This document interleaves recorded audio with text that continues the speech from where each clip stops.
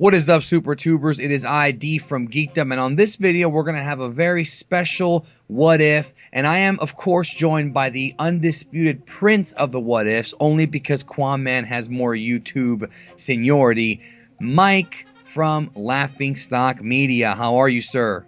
Hey, man, I'm doing pretty good. How are you doing? Very good, very good. And the topic that we're talking about today, the what if scenario, is one that you sent to me that really tickled me as far as doing a video. And no, I don't want you to tickle me, but the topic. I don't want to tickle you either, man. Just trust yeah, me. Right. No, but seriously, we're talking about this. What if Krillin, also known as Kuririn in the Japanese version, actually sliced Nappa in half during the Vegeta saga with the Kienzan, otherwise known as a Destructo Disc. And on the surface, it would seem like Krillin taking Nappa out early in the fight would have been beneficial, because you would think, hey, if Nappa's dead, who's going to kill Piccolo? But no, when you really think about it, it may not have turned out that good. Well, exactly. And the reason for that is because the fact that in many ways, when you think about it, Nappa is the entire reason that Krillin and Gohan were able to survive.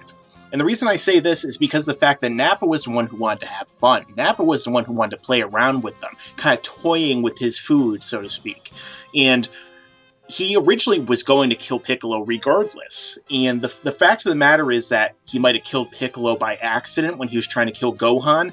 But Vegeta at one point said to Nappa that you can kill Piccolo now, because if we put their homeworld on our next location, which would be Namek, maybe we'll find more Dragon Balls there.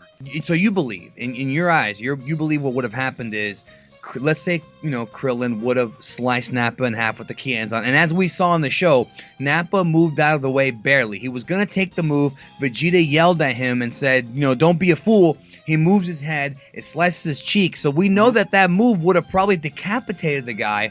And now, do you believe that Vegeta would have just waited for Goku the extra 3 hours or whatever? Or do you think that he would have immediately just been like, okay, I can't play around, and pretty much slaughtered all three of them?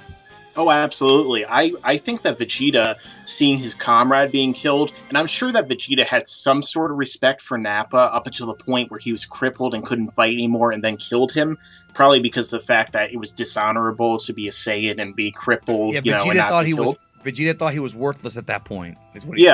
So if he sees his comrade killed by someone like Krillin, someone he views to be so low, then he would probably go into a rage and just slaughter everyone immediately. And as we already established, Vegeta actually said that they can kill Piccolo now because of the fact that Namek already has Dragon Balls, or at least in his estimation they would have Dragon Balls, because Piccolo is originally from Namek, and he heard the stories of how the Namekians are like sorcerers or magicians who can do crazy things. But I definitely don't think Vegeta would have waited, not to mention the fact that Vegeta and Nappa already did wait for a long period of time for Goku to return, and they simply just started again afterwards. So you believe that Vegeta would have ended up just kind of saying, okay, I can't play with these guys, taking them out. And then what would have happened is, and this is the facts here, if you go back and read the manga again, Goku would have shown up. He would have seen that his son and his best friend and Piccolo were dead. He would have probably snapped and probably would have been very angry and maybe not as focused. He would have fought Vegeta. He may have been able to defeat Vegeta in phase 1 of their fight, but once Vegeta transformed into an Uzaru, at that point, the only one who helped Goku in the manga was Yajirobe, until Krillin and Gohan came back to the battlefield. So, and even then, Krillin and Gohan actually distracted Vegeta so Yajirobe can actually get in the decisive blow with his sword to cut off Vegeta's tail. That's right. So, in essence, they were crucial to that fight, and at the end of the day, Vegeta was defeated by Krillin and Gohan, in a roundabout way. And, of course, Goku and Yajirobe, but it was really those two that did it, so, on Earth.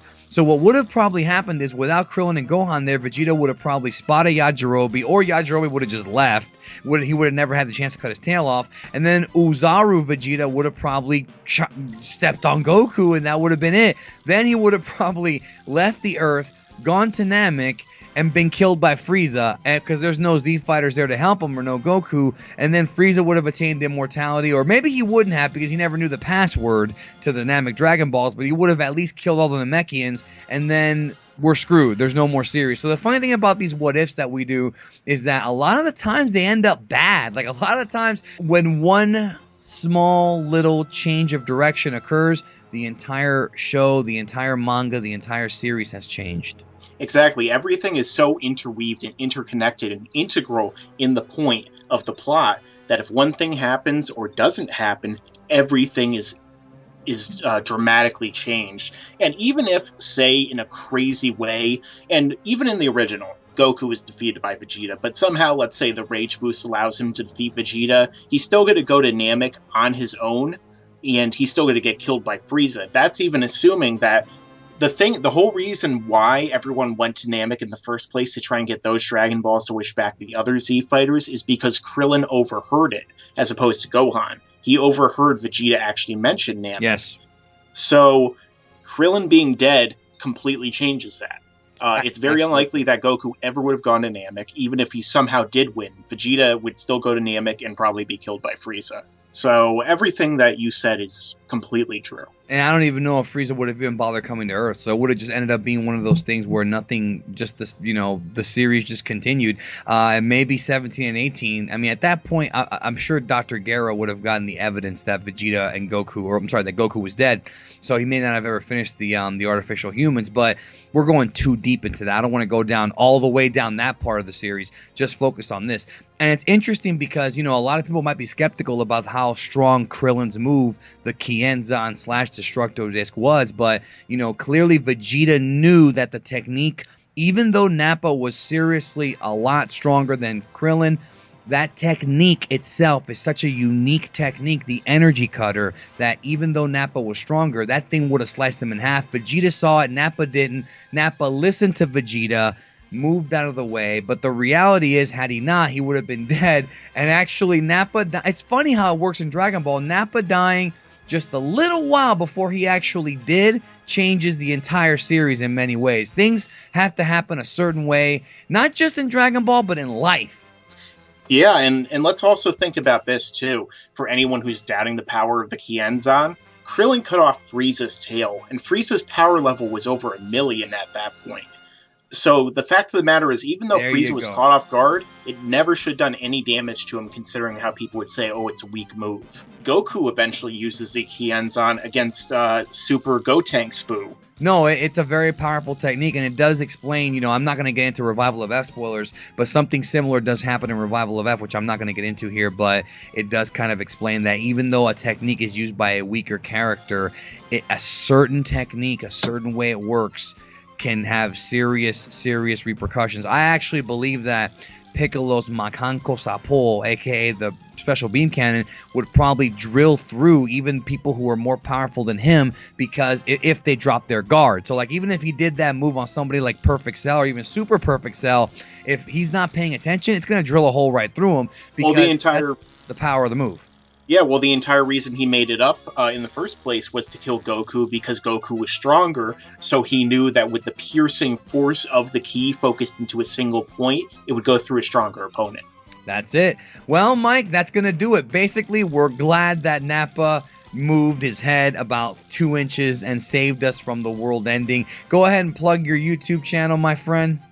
Yes, my YouTube channel is www.youtube.com/laughingstockmedia1, and that's a number, not the word. Don't forget to subscribe. And don't forget to subscribe. Go on, do it now. Yeah, go check out his channel. He's got some fun little what-if videos. They're really easy to watch. You just hit play. They're usually about 5, 6, 7 minutes. Some of them are a little bit longer. You just watch them and have a good time. But thank you, Mike, for being here. Thank you for allowing me to come on your show. No problem, brother. And thanks, everybody, again for listening. And leave a comment below. Let us know. What do you think about this? Do you think that it would have gone that way, that Vegeta would have just slaughtered all 3 of them and fucked up the whole series? Or do you think that there's a possibility that something else would have happened? So again, thank you guys, and we'll catch your ass down the road.